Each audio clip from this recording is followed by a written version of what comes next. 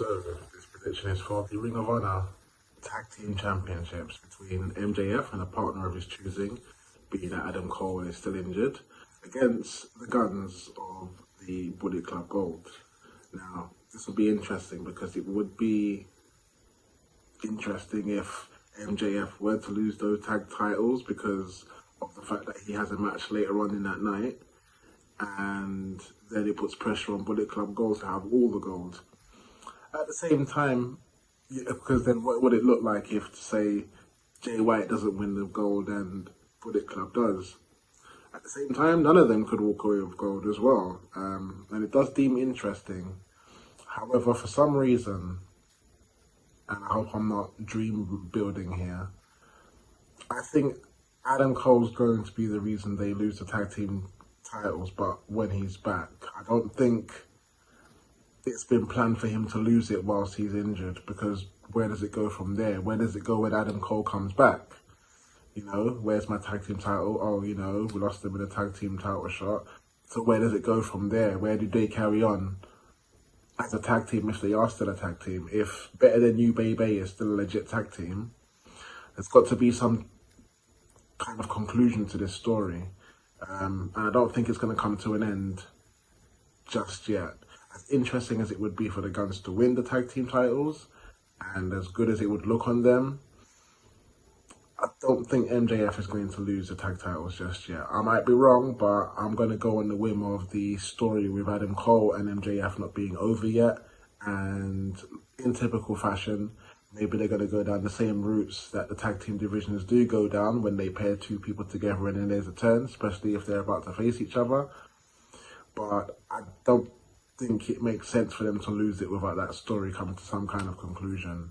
I think Adam Cole will be the reason why they lose it, but not by any other means. So my pick is MJF and the partner of his choosing, who could be Samoa Joe, to retain the Ring of Honor tag team titles. Next match is for the AEW Women's Championship, the reigning champion Hikaru Shida versus Timeless Toni Storm. This is an interesting one, but kind of hard for me to decide because both women are capable of holding and being the face. Yeah, this match. See, this time around, for me, Hikaru hasn't done much with the championship this time around. Her past other couple reigns were a lot more interesting. Whereas I can see the vignettes with the Women's World title and Timeless Toni Storm just being something more, you know, must-see TV sort of thing. I hate to think that this title run with Hikaru Shida now is like a transitional type of one, almost similar to Orange Cassidy. But yeah, for me, this title run with Hikaru Shida, not really feeling it this time around. I mean, credit to her for, you know, being a multi-time women's champion. She's really solidified her status in AEW now. But there hasn't really been a rivalry for me to be like, you know, invested in as such. Whereas there seems to be another woman involved now with Toni Storm, and I don't know whether she's there to help her, whether she's there to cost her the title match. It's an interesting evaluation. Kind of reminds me of Trish and Mickie James, funny enough. It looks like that's building up. Whether that will be over the women's title, I'm not sure. And that's the thing. I kind of got that kind of edge, like it being that kind of obsessed fan type of thing, or obsessed friend, I'm not sure. But I'm going to say, because of the reinvention and all of that, usually it should be a good thing. So I will go ahead and say Toni Storm to be the new women's AEW champion. Next match is a 6-man tag. So it's Darby Allin, Sting, and Adam Copeland, the Rated R Superstar, versus Christian, Luchasaurus, and Nick, the other guy. Yeah, this is quite easy. Well, not quite easy, but quite obvious as to who's going to win this one. Sting usually doesn't lose pay-per-view matches. Um, Obviously, you have Sting and Darby Allin, and now you have Edge. It's his first pay-per-view since joining AEW, and I don't think it would be too much of a good look if he loses his first pay-per-view since joining the company. So without delving into it too deep, and I think there's a couple of receipts due, um, I say, and the thing is for me, I think Edge is going to end up getting into some kind of fight with Christian. They end up outside the ring. Luchasaurus is going to get caught up with Sting, which will leave Nick Wade and Darby Allin left in the ring. I think it's going to come down to that kind of fiasco, that kind of ending. And then obviously that's where Darby Allin gets the better of Nick Wade, and if not a bit of revenge, if you will, since turning. So yeah, without thinking about it too much, your winners of this six-person tag will be Sting, Darby Allin, and Adam Copeland. This match is for the AEW International Championship. The reigning champion Orange Cassidy versus John Moxley from the Blackpool Combat Club. This is like the rubber match to really see who really is the true international champion. And Orange Cassidy feels like he has something to prove here.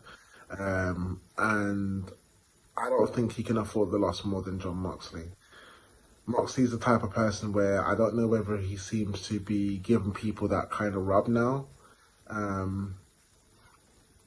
But then if he wins the belt, Moxley, where does he go from here? Who could be his possible next opponent? I mean, you could say the same for Orange Cassidy, but, you know, the first run, it was an amazing run. You know, everyone felt like it had purpose and everything else.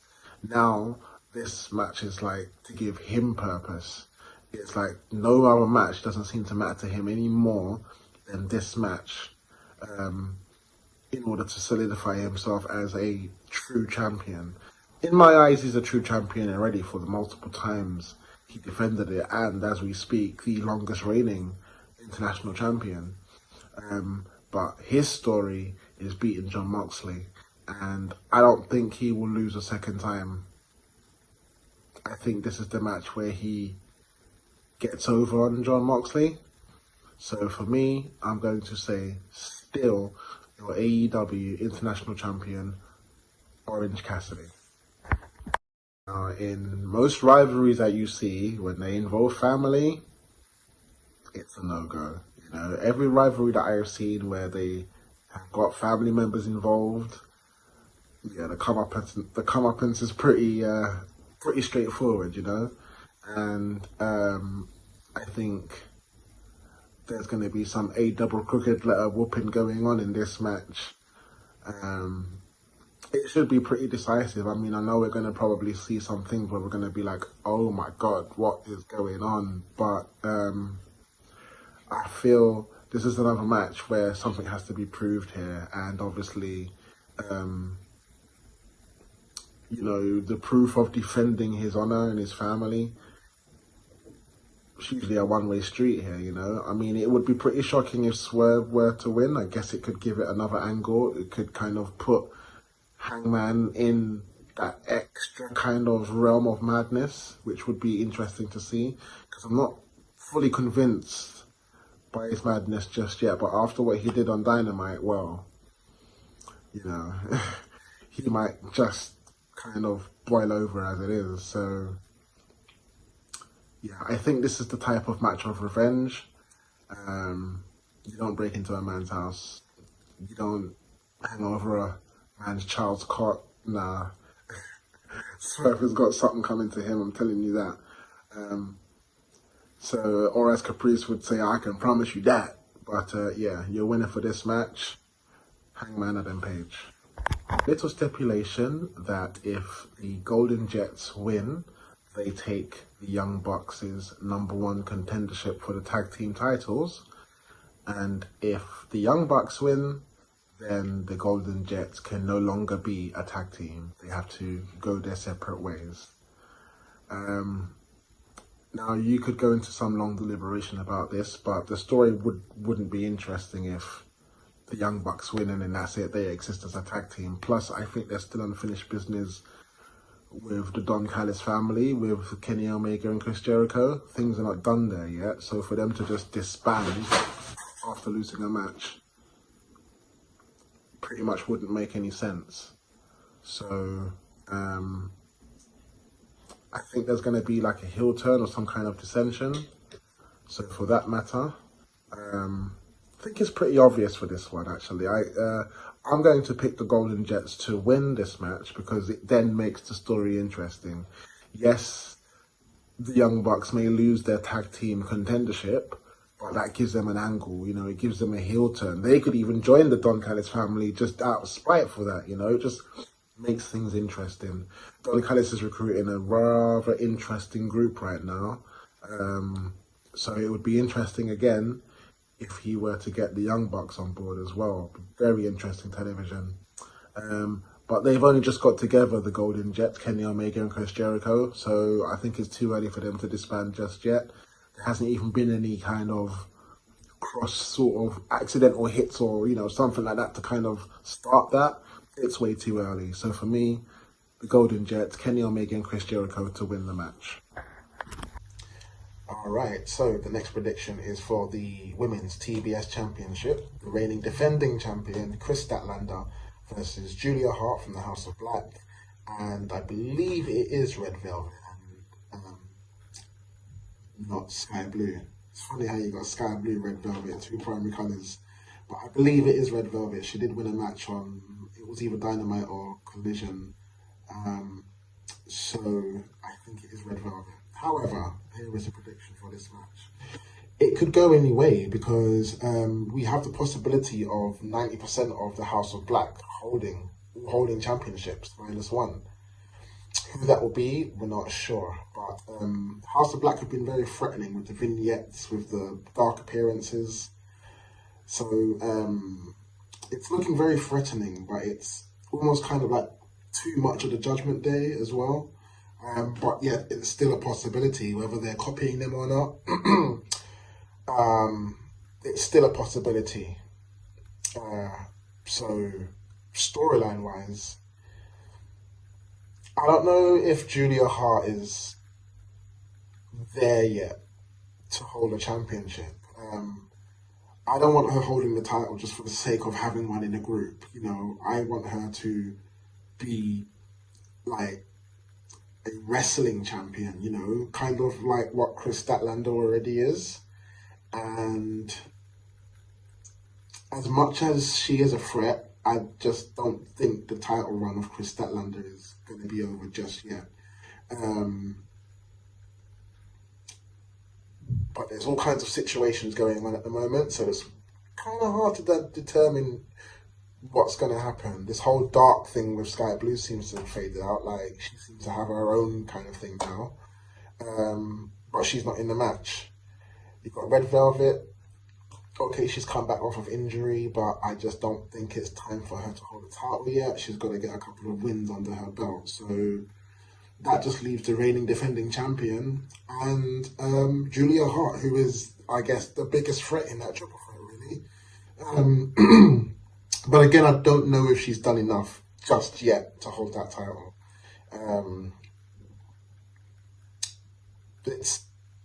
It would be interesting, but for me, it's not convincing, and it's not about what my heart wants and so forth. I'm trying to think logically here, and to me, I still think Chris Statlander has a point to prove with that title, because if she loses it, to me, it would be like, what would be the point of putting it on her if we're just going to let her lose to somebody I don't consider a threat? Julia doesn't kind of play those dark games as much as the latter of the House of Black. So yeah, I don't think she's a threat just yet. I think she needs to be a little bit darker before she poses a real threat of winning any championship, although anything can happen in the world of professional wrestling, hey. But without going into too much now, because we're going 3 minutes over, I'm going to say still your TBS champion, Chris Statlander. Next match, I believe, is a fatal four-way for the AEW World Tag Team Championship. between, is it IFI versus Ricky Starks and Big Bill, the reigning defending tag team champions, versus FTR versus the House of Black. Now, again, like my previous prediction for the TBS title, this is interesting. I'm not really sure about IFI if that's who they are, but Ricky Starks and Big Bill, they could hold the tag team titles as they both got something to prove. Big Bill is relevant again, and it seems like Ricky is finally getting that push, holding a championship. FTR, world renowned, one of the best wrestlers, best tag team wrestlers going today. They could easily win it for an 8th time and be those champions that they were, and pick up right where they left off, because that would also be interesting as to who would face FTR for those tag team championships. Same time, it would still be interesting if Ricky Starks and Big Bill were to retain, but at the same time, you've got the House of Black, who in this match for me, the two threats for me are House of Black and FTR. You've got House of Black, who are yet to prove themselves since winning the Trios title and losing them. They've only just kind of come back now, so my question is, what's their purpose? Is it too soon for them to win the tag team titles? Is it about time that they win the tag team titles? I'm not really sure. But what I do know is that whoever wins this match, I don't think I would have a problem with it. It would just make future storylines interesting. However, I also think that it would be a massive achievement if Ricky Starks and Big Bill do beat the latter 3 tag teams in this Fatal 4-Way tag team title match, because it would kind of finally put them on the map. Yes, they've had a couple of title defenses, but they've not really been serious enough for them to be a threat. You kind of knew that they were going to retain, but in this match, this will be the kind of first serious match in terms of defending those tag team titles. And I think in order to be that acclaimed tag team, no pun intended, you have to be a tag team in the House of Black, a tag team in FTR, and any other threat that comes in it as well. So for that, I'm going to say Ricky Starks and Big Bill to retain the AEW World Tag Team Championships. Prediction now is for the AEW World Championship. The reigning defending champion MJF, even though he doesn't have the belt right now, versus the number 1 contender Jay White, who has stolen the belt and is carrying it around, calling it the Bang Bang belt. Another type of Triple B, but really and truly, it's MJF's belt. See, even the spirits are disagreeing with who's holding that belt right now. As a matter of fact, that pretty much tells me who's going to win that match. As good as Jay White is, as well as he's Bullet Club and all of that, as much as he's Bang Bang Gang, and I like the Bullet Club, I'm not going to lie. Unfortunately, this member of the Bullet Club, I don't think is going to be the one to beat MJF. Again, there's a lot of storylines going on, and with all of the queue of people who are lining up to face MJF for that world title, Jay White is literally like the 3rd or 4th person now to seriously be a contender for that title. And he's just going to be another person that MJF goes through. Yes, the storyline has been interesting, but when you're running around playing cosplay with the belt, he's running around with the belt and stuff like that. If he was beating him every week, then I would probably think a little bit different, but he's been cosplaying with the belt, as MJF said in his own words. And I think the closest he's going to get to that belt is the cardboard copy he has with his little cardboard copy of himself. But other than that, which is easy to take away, by the way, because it's only put together with duct tape. So you could just rip that off and then there you go. So yeah, that's the closest he's going to get to that title. Not to mention the belt that he stole from MJF. So regardless of what happens during the match or after the match, which I think something will happen, still your AEW World Champion, MJF. Hey yo, this is AJ from the Ministry here. If you've just watched the Ministry for the first time and you've watched another guy's prediction and you're seeing me, like, who is he? So I'm essentially like the main host of it. We're all equal, but I do the majority of the hosting. And what I'm encouraging you to do right now, guys, is just point that way. If you go that way, you'll see my predictions, and I guarantee you, if that guy disagreed with me, you're gonna enjoy mine a lot more because they make a lot more sense. I'm just saying. So once you've gone that way, do me another favor. Why don't you go that way and you'll see the full show? That will be the full show, giving you everybody's predictions match by match. But more importantly, if you have enjoyed the ministry content, right here, that's the one I really beg you to do. That is the subscribe button. Yeah, if you enjoy the ministry, it's not just prediction shows we do. We do news, we do reviews, we've even got a ranking system. If you like our style, I guarantee you that's what you need to do. That's the one down there. Hit the subscribe button, also hit a like, pass the comments on, and yeah, we'll see you next time. And I thank you for joining us. See ya.